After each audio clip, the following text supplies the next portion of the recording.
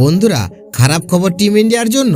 টি-20 বিশ্বকাপের আগে আরও এক পেসার চোটের কবলে পড়লেন স্বামীর পর।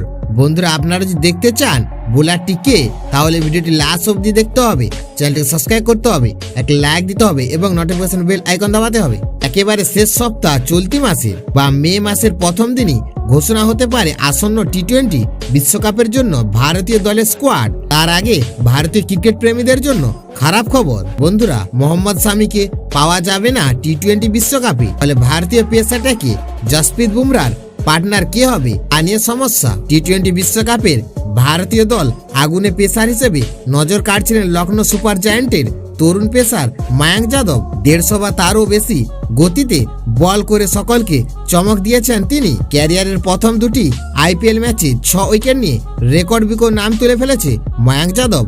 অনেকেই মনে করেছিলেন তাকে টি-20 বিশ্বকাপের দলে নিয়ে চমক দিতে পারেন। চোটের কারণে শেষ ম্যাচে গুজরাট টাইটান্সের বিরুদ্ধে 1 ওভারে বেশি বল করতে পারেনি মায়াঙ্ক যাদব। এবার এলএসজির কোচ জানিয়েছেন আপাতত আরও 2টি ম্যাচ খেলতে পারবে না মায়াঙ্ক যাদব। তবে 2 ম্যাচ পরেই যে ফের মাঠে ফিরবেন মায়াঙ্ক যাদব তা নিয়ে নিশ্চিত করে এখনো কিছু বলা যাচ্ছে না।